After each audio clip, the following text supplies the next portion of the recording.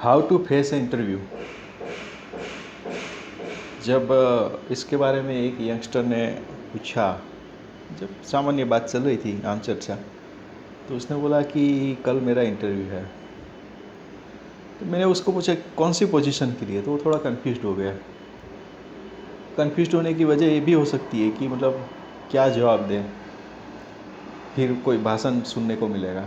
और फिर उसने बता ही दिया कि मुझे मैनेजर की पोस्ट के लिए जा रहा हूँ। तो मैंने कहा चलो ठीक है, 10 मिनट निकालोगे? तो बोलेगा हाँ निकालूंगा, क्यों नहीं। तो उसके साथ जो समझाया कि how you face the interview, तो मैंने सोचा चलो इसी टॉपिक पे बात कर लेते हैं ताकि सबको पता चले। तो जब मैंने उसे पूछा कि भाई तुम कल इंटरव्यू तो देने जाओगे, सीवी दूसरी भाषा में उसको रिज्यूम बोलते हैं, कोई इसको बायोडेटा बोलते हैं, कुछ बनाया है कि नहीं? तो बोले हाँ वो तो अभी नहीं बनाया है, कल जाऊंगा, सोशल मीडिया से ले लेंगे या कहीं से भी नेट से ढूंढ के उसका फॉर्मेट ढूंढ के उसके अंदर लिख के डाल देंगे। थोड़ा आश्चर्य हुआ मुझे। मैंने बोला देखिए, ये जो आपका सीवी या रिज्यूम है वो आपका खुद का आइडेंटिफिकेशन है। आप उसके अंदर थोड़ा गंभीर होना सीखिए। उसके अंदर आपको क्या डिटेल्स डालनी है, क्या नहीं डालनी है, वही रिलेवेंट सवाल उधर आएगा आपको। तो ये टॉपिक तो हम बाद में बात करेंगे कि सीवी के अंदर क्या क्या मटेरियल लेना चाहिए, पर आज यही बात पे बात करेंगे कि how to face the interview. तो बोले कैसे फेस करेंगे? तो मैंने कहा देखिए, जब आपका सीवी उसके सामने जाएगा तो दो ही चीज़ उसमें देखी जाती है।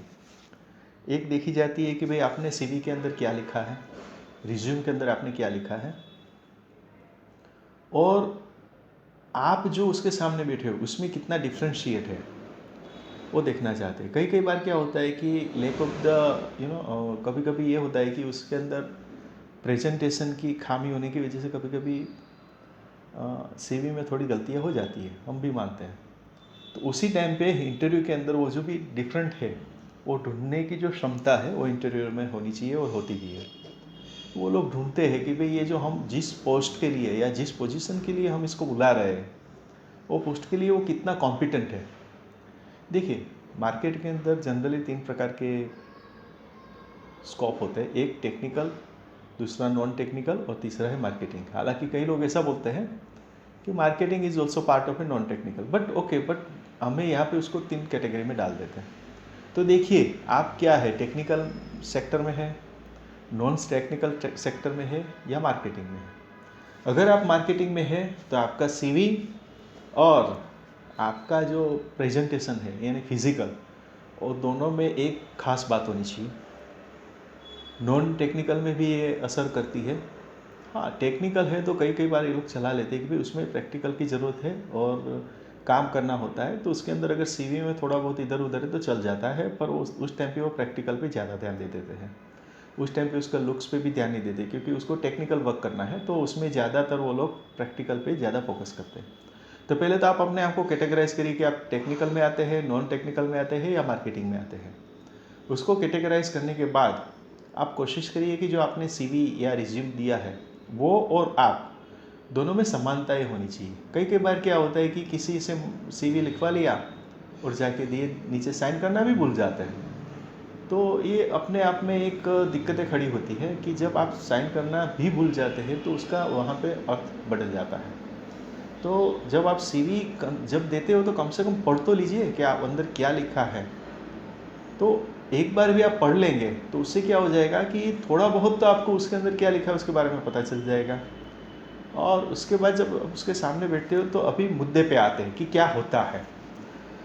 इंटरव्यूअर क्या करता है, आपके साथ फैमिलियर होने के लिए वो एकदम से सामान्य से सवाल आपको पूछ लेता है कि भाई आपका नाम, या आप अभी क्या कर रहे हो, या आपका फैमिली बैकग्राउंड क्या है। देखिए, ये पर्सनल इन्फॉर्मेशन है, तो आप याद रखिए कि ये पर्सनल इन्फॉर्मेशन होती है, दूसरा टैलेंट होता है।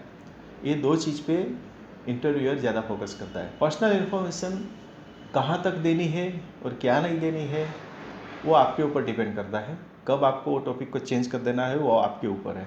कई कई बार क्या होता है कि कोई कई कई लोग ज़्यादा पर्सनल इन्फॉर्मेशन में ज़्यादा घुस जाते हैं, तो उस टाइम पे आपको उसको टर्न मार के कैसे बाहर निकलना है वो आपको आना चाहिए, क्योंकि आप अपना टैलेंट बेचने निकले हो। तो आपको फोकस करना है अपना टैलेंट के बारे में, ज़्यादा से ज़्यादा क्या हो आप वो दिखाओ, तो वो ज़्यादा असर गिरेगा और यही एक सही सच्चाई है सक्सेस होने के लिए। देखिए, इंटरव्यूअर 3 कैटेगरी में इंटरव्यू को बांट देता है। एक होता है कॉमन से सवाल, दूसरा है कंफ्यूज्ड सवाल, और तीसरा ऐसा सवाल आएगा जो आपकी सिलेबस के बाहर का हो, मतलब आपके एक्सपीरियंस के रिलेवेंट ना हो। 3 कैटेगरी का सवाल आता है। जनरली क्या करते हैं, आपको जो कॉमन सा सवाल पूछा जाता है तब आप आराम से जवाब दे देते हो। जब कंफ्यूज्ड सवाल आता है जिसका 2 मतलब निकलता है, उस टाइम पे आप क्या करते हो, आप ये सोचते हो कि आपने जो जवाब दिया वही सही है।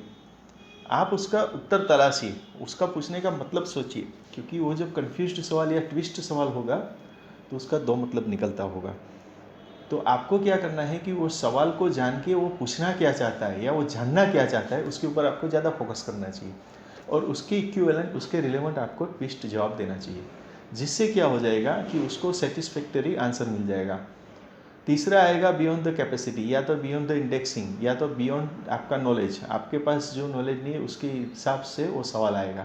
आप बोलोगे क्या सवाल पूछ लिए, कई कई बार हम नहीं बोलते हैं कि यार बहुत ही एकदम से सवाल पूछते हैं, आपको अलर्ट होना चाहिए। वो एकदम से सवाल कुछ नहीं होता है, वो ही is trying to know you, कि अगर ऐसा कोई सिचुएशन आता है कि उस समय पे आप को पता नहीं है कि आगे क्या होगा, कोई इंसिडेंट होता है या एक्सीडेंट होता है, तो उस टाइम पे वही सिचुएशन में क्या है, आप कितना इंस्टेंट रिएक्ट करोगे। रिएक्ट बहुत इंपॉर्टेंट होता है, इंस्टेंट रिएक्ट। तो तीसरा जो कैटेगरी होता है वो इंस्टेंट रिएक्ट के लिए ज़्यादा होता है, और ज़्यादा से ज़्यादा आपका सिलेक्ट होने का या रिजेक्ट होने का चांस यहीं पे है। लोग क्या सोचते हैं कि मैंने तो हर एक सवाल का जवाब दे दिया। नहीं नहीं नहीं, आप देखो आपने किस सवाल का जवाब नहीं दिया है, या देने में आप कंफ्यूज्ड हुए या दे नहीं सके, वही आपका सिलेक्शन या रिजेक्शन का कारण होता है। आपके साथ वो जो सवाल होता है वो होता है इंसिडेंट रिलेटेड, मतलब कई बार ऐसी कंडीशन आ जाएगी कि उस टाइम पे आप क्या करोगे, तो आपका जो एक्शन या डिसीजन मेकिंग पावर जो होना चाहिए वो कितना आप डिले करोगे उसके ऊपर वो तय करेगा। आपको इंस्टेंट डिसीजन लेना है, इंस्टेंट रिप्लाई करना है जो लॉजिकली हो। लॉजिकली होने से ही आपको वहाँ पे सिलेक्शन होने का चांस बढ़ जाएगा। लोग कंफ्यूज हो जाते हैं, बोलते हैं कि ये तो हमने सोचा ही नहीं था, या रिप्लाई देने में थोड़ा डिले हो जाता है, तो इंटरव्यूअर समझ जाता है और दूसरा सवाल पूछ लेता है। उसको दूसरा सवाल पूछने का मौका मत दीजिए, तुरंत ही जो सवाल आया है उसका आप जितना हो सके उतना जल्दी जवाब दीजिए। कई कई बार क्या होता है, सवाल ऐसा आता है जो आपका जाना हुआ है पर उस टाइम पे आपको याद नहीं आ रहा है, तो आप क्या करते हो, देने की जगह पे थोड़ा लड़खड़ा जाते हो। आप ऐसा मत करो, आप बोलो, या ये सवाल जो आया आपके पास उसको आपको रिप्लाई ये करना है कि मुझे देखना पड़ेगा, या बस यही बोलना है कि आपको मुझे देखना पड़ेगा, तो वो समझ जाएगा कि ये आपको जानकारी में है, पर right now is you are not in condition to reply it due to any reason. तो ये सब इंटरव्यू के टाइम पे बहुत ध्यान रखी जाती है। लोग लुक्स के ऊपर ज़्यादा ध्यान देते हैं, ज़रूरी है, पर्सनालिटी पे ज़्यादा ध्यान देते हैं, वो भी ज़रूरी है, पर साथ में आपका कम्युनिकेशन स्किल होना ज़रूरी है। आप कन्विंस कैसे करते हो, आपका जो कन्विंसिंग पावर है, आपका जो जस्टिफिकेशन पावर है वो ज़्यादा होना चाहिए। यूजलेस शब्द का इस्तेमाल कम करिए। आप देखिए तो हर एक के अंदर एक खास पैटर्न होती है, वो बार बार कई शब्दों का बार बार प्रयोग करता रहता है। तो आप जब इंटरव्यू में जाते हो तब कोशिश करिए कि वो शब्द रिपीट ना हो। आपको जवाब देना है एकदम सिंपल सा, टू द पॉइंट। नरेशन करने की ज़रूरत नहीं है, कोई भी ज़्यादा नरेशन से कुछ काम नहीं होता है। आपको सिर्फ to the point, relevant to question जवाब देना है, तो उससे क्या हो जाता है, उसको जजमेंटिंग पावर में इजी हो जाता है, और आपको भी फ़ायदा है। आपको ये फ़ायदा है कि उसके सवाल कम हो जाएंगे। अगर सवाल कम होगा तो उसको डिसीजन लेने में फ़ायदा होगा, और वो तुरंत डिसीजन ले सकता है कि आइदर यू आर सिलेक्टेड और नॉट। तो ये इंटरव्यू के अंदर बहुत ही ज़रूरी है ध्यान में रखना। कई कई बार क्या होता है कि जब इंटरव्यू और जो इंटरव्यू देने बैठे हैं, ये सब लोग जब डिस्कशन करते हैं, ग्रुप डिस्कशन होता है ये सब, तो ये जब वहाँ पे और कॉन्फिडेंट दिखा देते हैं, या सोचते हैं, या ऐसा माइंड सेट करके जाते हैं कि नहीं, कई बार आपने भी सुना होगा, एग्जाम्पल के तौर से ले रहे हैं इसको, कि लोग बोलते हैं कि जब भी इंटरव्यू पे जाते हैं तो कभी भी सीरियस नहीं होना चाहिए, सीरियस नहीं लेना चाहिए, या ऐसा सोच के जाना चाहिए कि मुझे इंटरव्यू की मतलब नौकरी जॉब मिले तो भी ठीक है, नहीं मिले तो भी हमें कोई फ़र्क नहीं पड़ता, ऐसा माइंड सेट करके जाओ। नहीं नहीं, ऐसा नहीं है, ऐसा मत करो आप। आपको सीरियस ही रहना है, माइंड सेट करके जाना है। तो कैसे करके जाइए कि मुझे जो भी आता है I will try to explain as much as better, ऐसा करके आप जाओ। मतलब आपको जो आता है वो आप कितना अच्छी तरह से उसके सामने रिप्रेजेंट करो, उसके ऊपर आप ध्यान दो। कई बार आपको सपोज करिए कोई सवाल पूछ लिया, नहीं आता है, आपको लगता है कि आप गए, तो आप सीधा 2 मिनट ले लो। 2 मिनट लेके उसको बोले कि सर ये आपने पूछा अच्छी बात है, पर मैं जो जानता हूँ मैं ये जानता हूँ करके आप सिर्फ 2 मिनट लीजिए।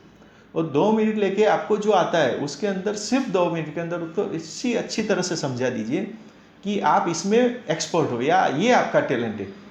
तो क्या होगा कि चाहे कितना भी आपका खराब इंटरव्यू क्यों ना गया हो, वो एक बार ज़रूर सोचेगा आपके बारे में।